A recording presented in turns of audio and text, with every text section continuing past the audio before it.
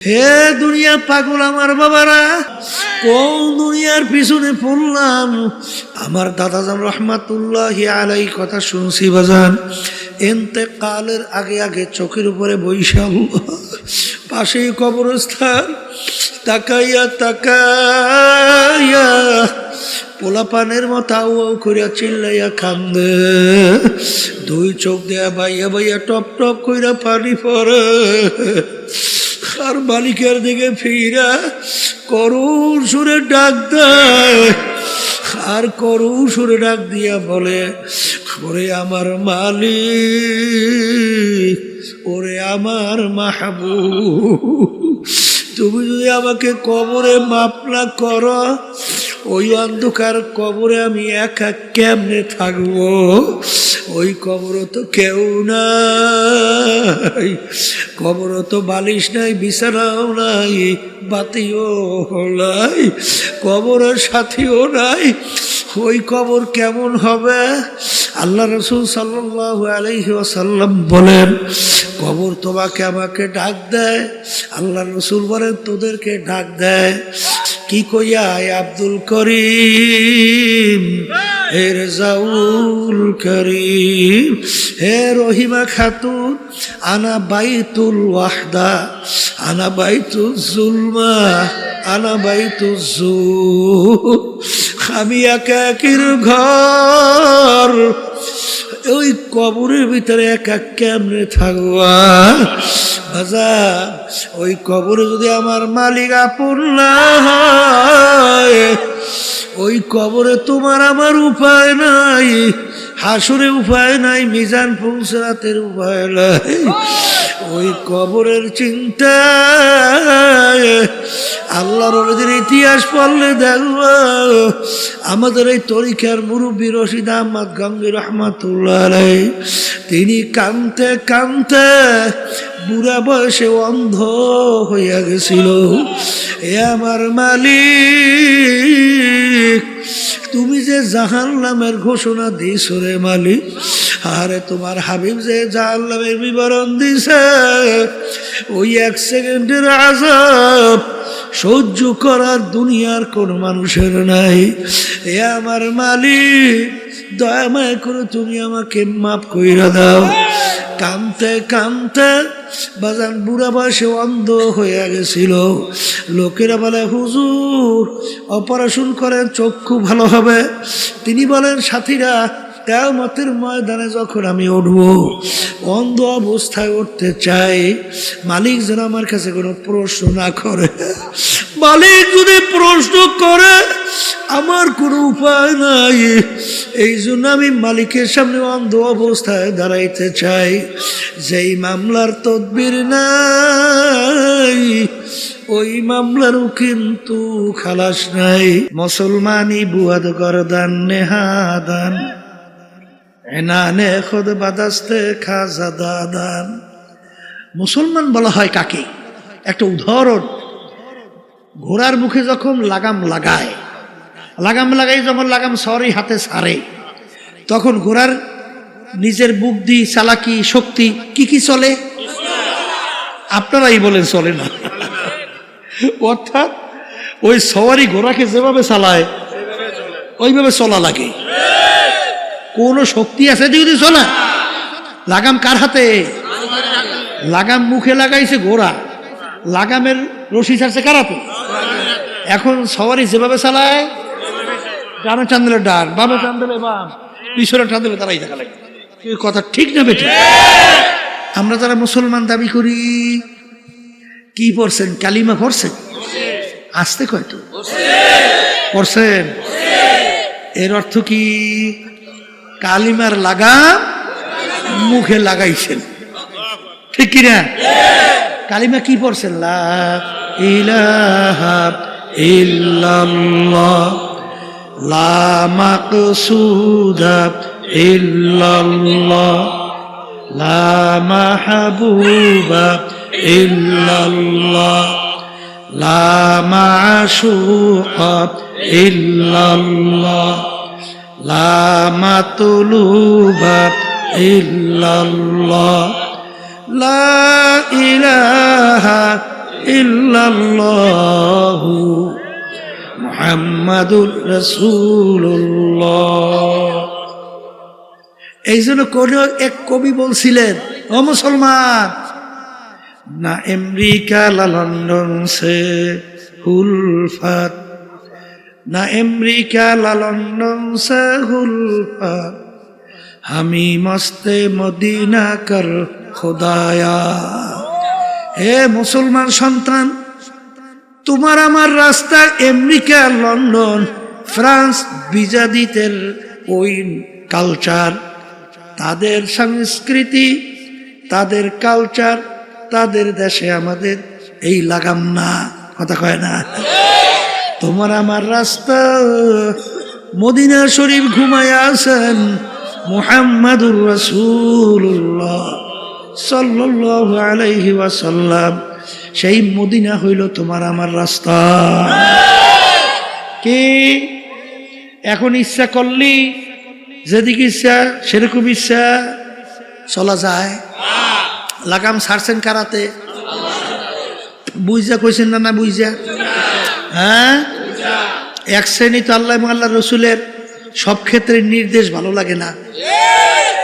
কি তখন বিভিন্ন কায়দায় কায়দায় নিজের চালাকি বিভিন্ন ব্যাখ্যা দিয়া বিভিন্ন কায়দায় কায়দায় তারপর না কি জোরে বলেন আছে না? নাই আছে। আপনি মুসলমান দাবি করতে পারেন, কিন্তু আল্লাহ এবং আল্লাহ রসুল আপনার মুসলমান হিসাবে গ্রহণ করছে কিনা, স্বীকার করছে কিনা, এইটা চিন্তা করে দেখছেন এই কথা কেনা? হ্যাঁ, এই জন্য আমার বাচ্চাদেরকে বলবো, শোনেন, অত সহজ মনে করিয়েন না মিয়া।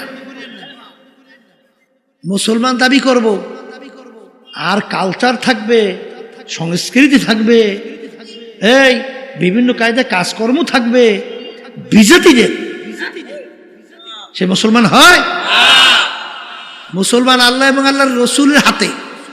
যখন আপনি আর আমি আমাদের লাগাম কালিমা সুপর্দ করতে পারবো, তখন আপনি আমি মুসলমান হিসেবে দাবি করতে পারবো। এই সব ক্ষেত্রে দেখছি আল্লাহর কুতু ফজলুল করিম রহমাতুল্লাহ আলাইহি, সুবহানাল্লাহ সুবহানাল্লাহ, কিসের ছেলে কিসের মেয়ে, কে আত্মীয়, ও সব বুঝতই না।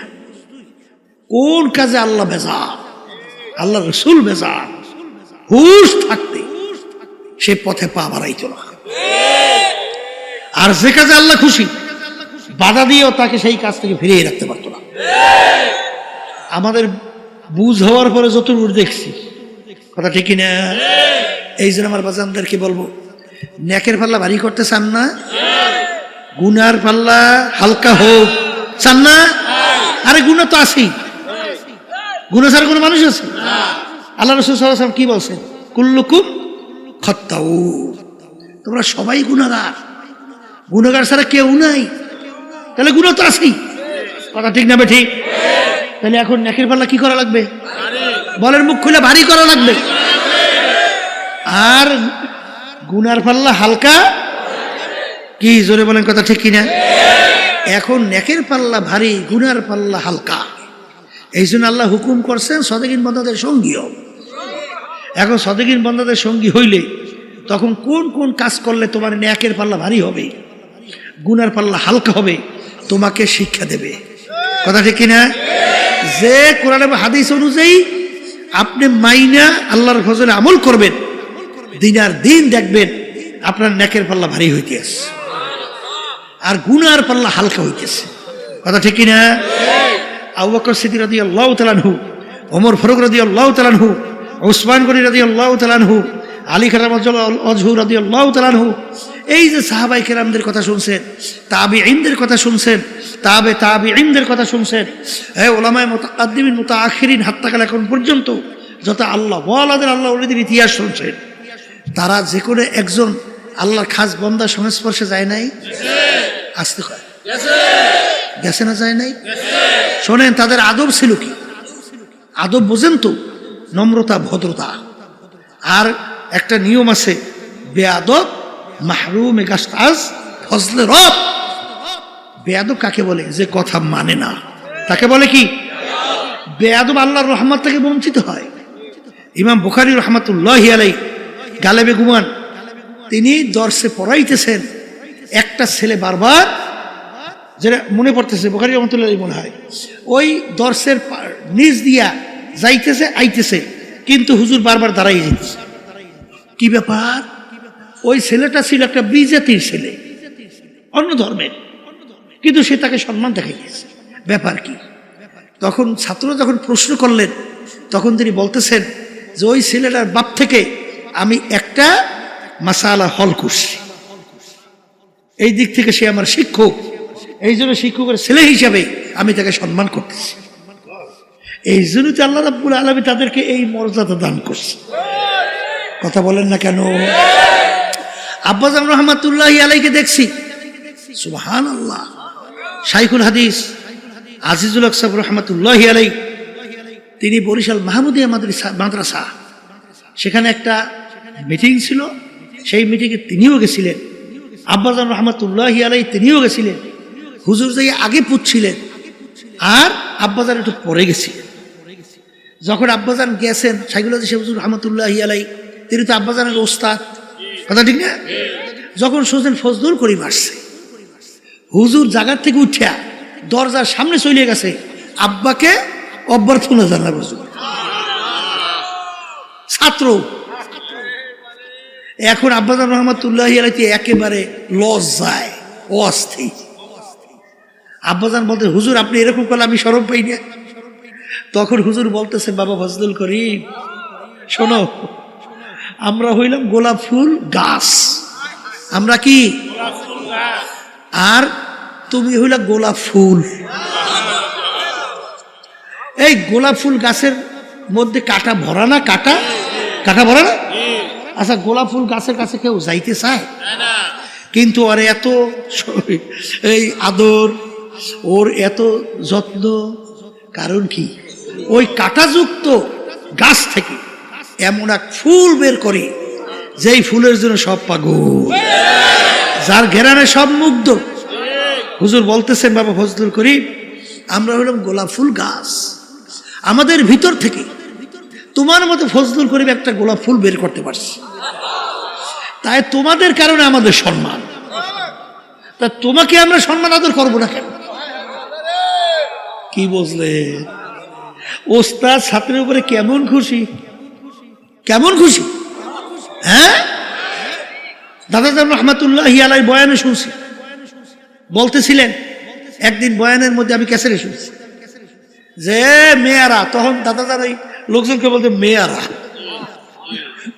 মেয়ারা শোনেন, আমি আপনার তাম দুনিয়ার মানুষের জন্য যত দোয়া করি, আমার ফজলাল করিম, আব্বাজানকে বলতেন ফজলাল করিম, আমার ফজলাল করিমের জন্য আমি তার চেয়ে বেশি দোয়া করি। বাপ সন্তানের উপরে কি আসতে কয়? খুশি ওস্তাদ, বাপ, পাড়াপড়শি, তাইলে আল্লাহর রহমত ওইভাবে আসবে। কথা ঠিক কিনা? এই জন্য বেয়াদব মাহরুম গাস্তাজ ফজলে রব, যে নাকি বেয়াদব হয় আল্লাহর রহমত থেকে বঞ্চিত হয়।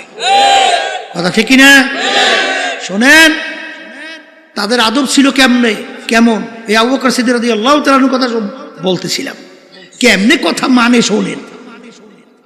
কি আল্লাহ রাসূল সাল্লাল্লাহু আলাইহি ওয়াসাল্লাম বলতেছেন, আবু বকর তুমি প্রস্তুত থাকিও, হিজরতের হুকুম আসতে পারে। কিসের হুকুম? প্রায় 6 মাস আগে বলছে। কয় মাস? 6 মাস। যখন হিজরতের হুকুম হয়েছে, গভীর রাত, আল্লাহ রাসূল সাল্লাল্লাহু আলাইহি ওয়াসাল্লাম আবু বকর সিদ্দিক রাদিয়াল্লাহু তাআলা আনহু তার ঘরের দরজায় যাইয়া একটু টোকা দিয়ে বলতেছেন, আবু বকর।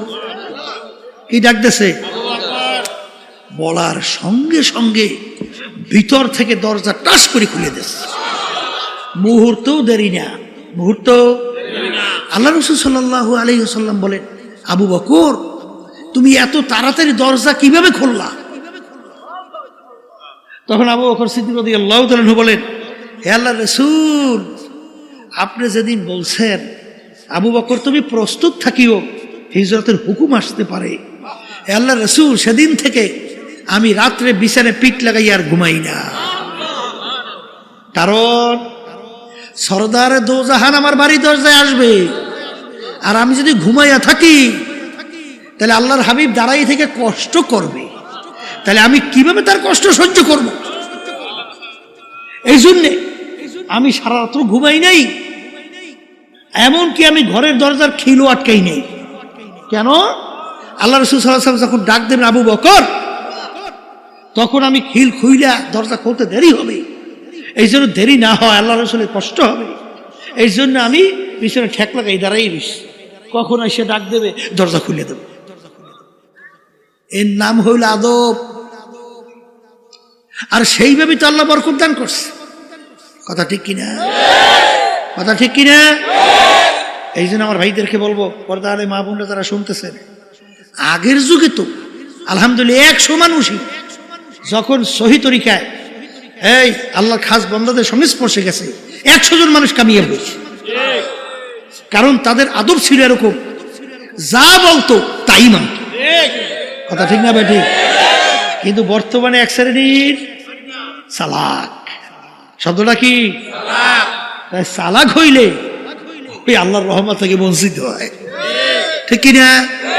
এই জন্য আমার বাজানদেরকে বলবো, একটু পরীক্ষা করে দেখেন, যারা সহি তরিকার সাথে হক্কানি আলেমদের সঙ্গে সাদিকিন বন্দাদের সঙ্গে সম্পর্ক রাখে, দিন আর দিন তাদের নেক আমল বাড়ে না? আমি কি ভুল বলছি নাকি? না ঠিক বলছি? ঠিক বলছি? আলহামদুলিল্লাহ। তাহলে নেক আমল বাড়ে, গুনার থেকে ফিরতে পারে না? আসতে কয় পারে কি পারে না? পারে। তাহলে এখানে দেখেন, সাদিকিন বন্দাদের সংস্পর্শে যাওয়ার কারণে নেক আমল বাড়ে, আপনারাই বলছে। এই তারপর গুনার থেকে ফেরা যায়, চোখে কি পানি আসে? আসতে কয় হ্যাঁ। আচ্ছা, যাদের এই সাদিকিন বন্দাদের সংস্পর্শে যায় না, ওদের চোখে পানি দেখেন? মুঠো দেখেন, একটু হাত উঠে খালি কান্দে, আল্লাহর কাছে মাপ চায়, দেখছে? চোখে পানি তো আসে না, আসে? আর চোখের পানি ছাড়া জাহান্নামের আগুন ঠান্ডা হয়? কোনোদিন হয়? তা আল্লাহ রাসূল সাল্লাল্লাহু আলাইহি ওয়াসাল্লাম কি বলছেন? কি বলছেন? মান বাকা মিন খাশিয়াতিল্লাহ হারামাল্লাহু তিলকাল আইনা আলান নার। যেই চক্ষু মাওলার ভয় কাঁদবে, ওই চক্ষুর জন্য জাহান্নামের আগুন হারাম হইয়া যাবে। আল্লাহ রসুল বলেন, লা ইয়ালিজুন নারা মান বাকা মিন খাশিয়াতিল্লাহ হাত্তা ইয়াউদাল লাবানু ফিদ দার'i। যেই চক্ষু আমার মাওলার ভয় কাঁদবে, ওই চক্ষু জাহান্নামে দেওয়া এরকম অসম্ভব হবে। যেরকম গাভীর বান্দার থেকে দুধ দোহাইয়া ওই বান্দের ভিতরে ঢুকানো যেরকম অসম্ভব, আল্লাহর বান্দা বান্দিকে এরকম জাহান্নামে দেওয়া এরকম অসম্ভব। এই আল্লাহর বান্দারা আমি বলিনি, আল্লাহ রসুল বলছেন, আমি শুনাইতেছি। আল্লাহর হাবিব বলেন, ইবকু ইবকু ফাইল্লাম তাবকু ফাতাবাকু। হে আমার উম্মতরা, কান্দ কান্দ, কান্না না আসলে কান্নার ভান ধরো। আল্লাহ রাব্বুল আলামিন কোরআনুল কারীমের ভিতরে বলেন, ফালিয়াদহাকু কালিলা ওয়ালিয়াবকু কাসীরা। হে আমার বান্দা বান্দিরা, বেশি বেশি পরিমাণে কাঁদো, কম কম হাসো। কিয়ামতের ময়দান জাহান্নাম ফেরেশতারা ধইরা রাখতে পারে না। আল্লাহ নবী সাল্লাল্লাহু আলাইহি ওয়াসাল্লাম সিজদায় পড়ে কান্দে, হে আমার মালিক, তোমার ইজ্জতে জালালের কসম খাই আমি বলছি, আজকে যদি জাহান্নাম আমার একটা উম্মতকে খাইয়া ফেলে, আমি রাসূল তোমার বেহেশতে যাব না। আল্লাহ রাব্বুল আলামিন বলে, হাবিব গো, মাথা উঠান, এই পানি নিয়ে জাহান্নামের দিকে ছিটানি মারেন। যখন পানি নিয়ে জাহান্নামের দিকে ছিটানি মারবে, জাহান্নাম কেত কেত কইরা পিছনে দৌড় মারবে। আল্লাহ রাব্বি সাল্লাল্লাহু আলাইহি ওয়াসাল্লাম আশ্চর্য হইয়া বলবেন, রব্বুল আলামিন এত ফেরেশতা জাহান্নামকে ধইরা রাখতে পারে না। এ কোন কুদরতি পানি, যেই পানি দেওয়ার সঙ্গে সঙ্গে জাহান্নাম কেত কেত করে পিছনের দিকে দৌড় মারলো। আল্লাহ রাব্বুল আলামিন বলে, হাবিব গো, এ কোনো কুদরতি পানি না, এ হলো আমার বান্দা বান্দি, আপনার উম্মতেরা দুনিয়া থাকা অবস্থায় যারা এই জাহান্নামের ভয়, আমার আযাব ও গজবের ভয়, দুই চোখের পানি সেইরা কাইদা আমার কাছে মাপ চাইছে, ওই চোখের পানি হলো এই পানি।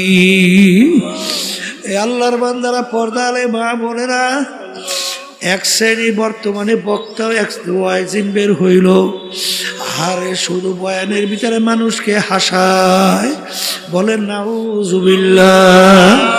বাজান কহকা হাসি অর্থাৎ বড় জোরে শব্দ করে আসলে হারাম কবিরা গুনাহ হয়।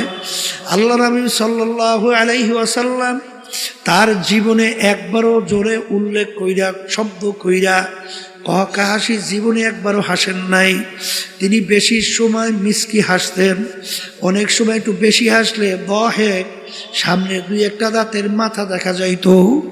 কারণ কি, আল্লাহর হাবিবের ইতিহাস পড়লে দেখবেন আল্লাহ হাবিব সাল্লাল্লাহু আলাইহি ওয়াসাল্লাম অনেক সময় এমনভাবে কাঁদতেন, কান্নাহু তল্লুন, মনে হয় যেন হালকা বৃষ্টি পড়তেছে।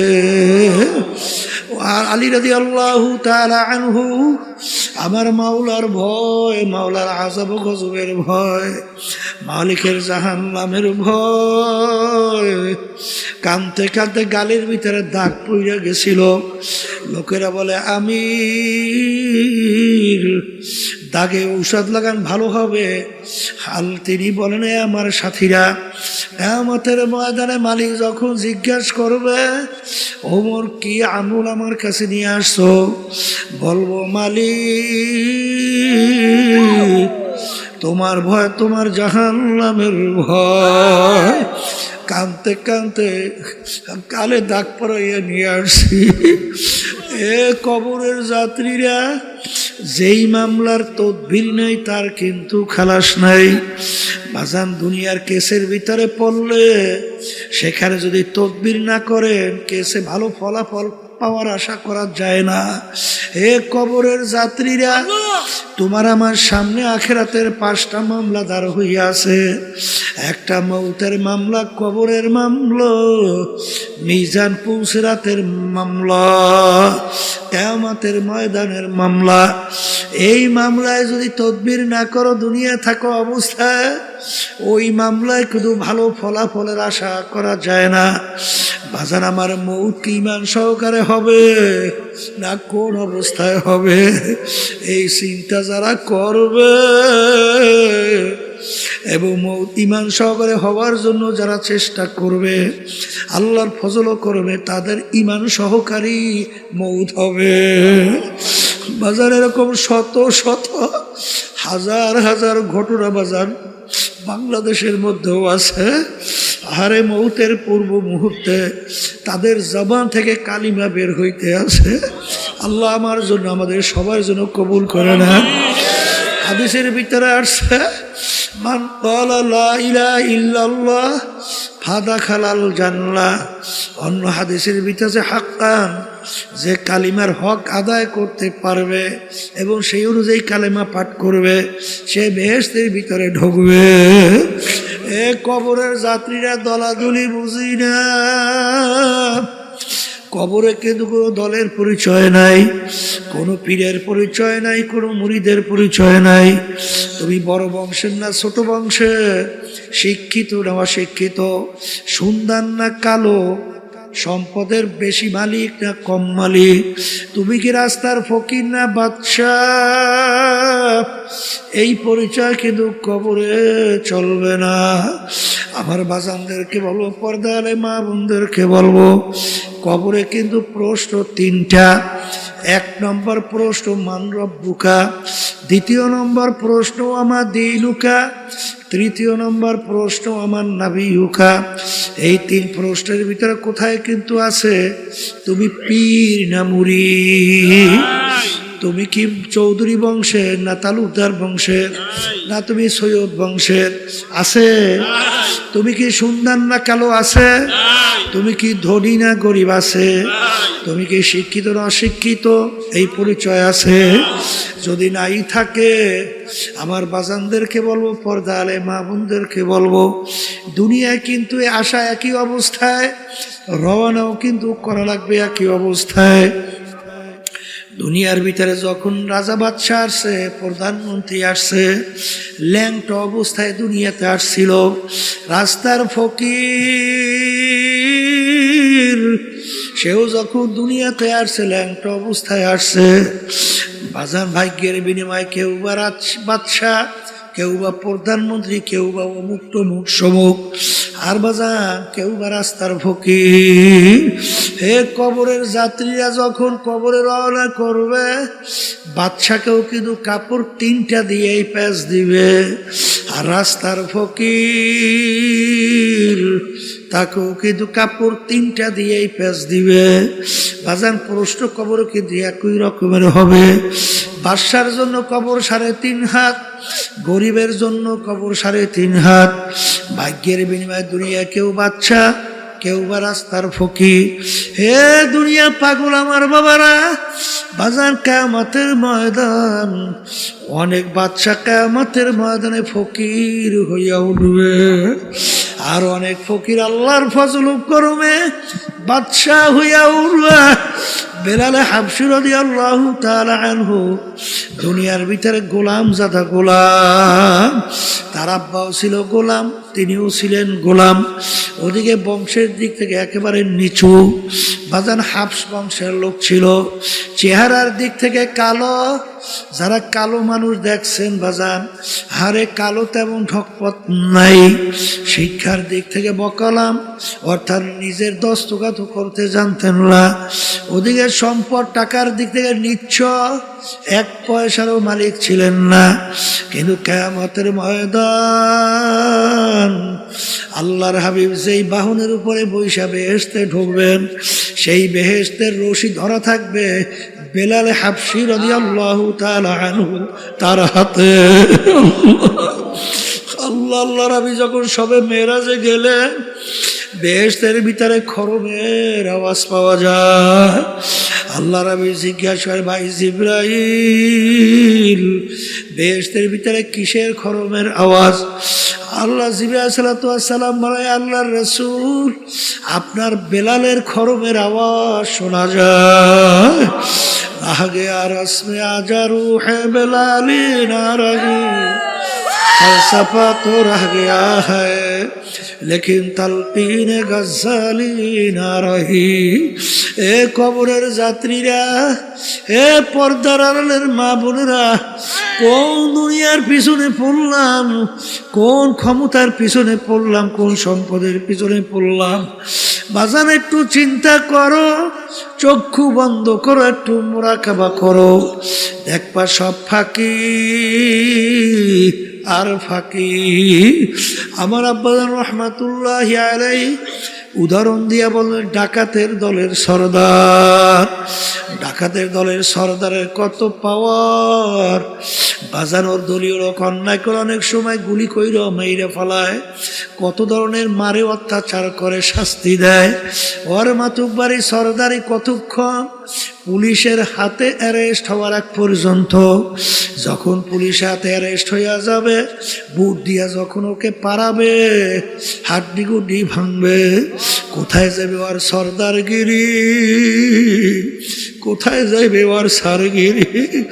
এ কবরের যাত্রীরা, আজকে দুনিয়ার ভিতরে অনেকে পরিচয় দেয়, আমি পীর, আমি চেয়ারম্যান, আমি মেম্বার, আমি এমপি, আমি মিনিস্টার, আমি এত সম্পদ, এত টাকার মালিক, আমি 100,000 কোটি টাকার মালিক, আমি অমুক বংশের অমুক শিক্ষিত, অমুক পাণ্ডিত, আমি অমুক টমুক সমুক। এই পরিচয় কয়দিন? যে কয়দিন চক্ষু দুনিয়াতে খোলা থাকবে, আজরাইল সালাতু ওয়াসসালাম সবাইয়ের পিছনে হাত পাইতে অপেক্ষা আছে। আবার মালিক যখন বলবে আজরাইল ধর, ওই অবস্থায় যদি থাবা মাইরে বসে বাজান, তখন তুমি দেখতে পারবা তুমি আসলে অমুক টমুক সমুক না খোদা না খাস্তা জাহান্নামের একজন কয়েদি। এই জন্য আমার বাজানদেরকে বলবা, যেই মামলার তদবির নাই তার কিন্তু খালাস নাই।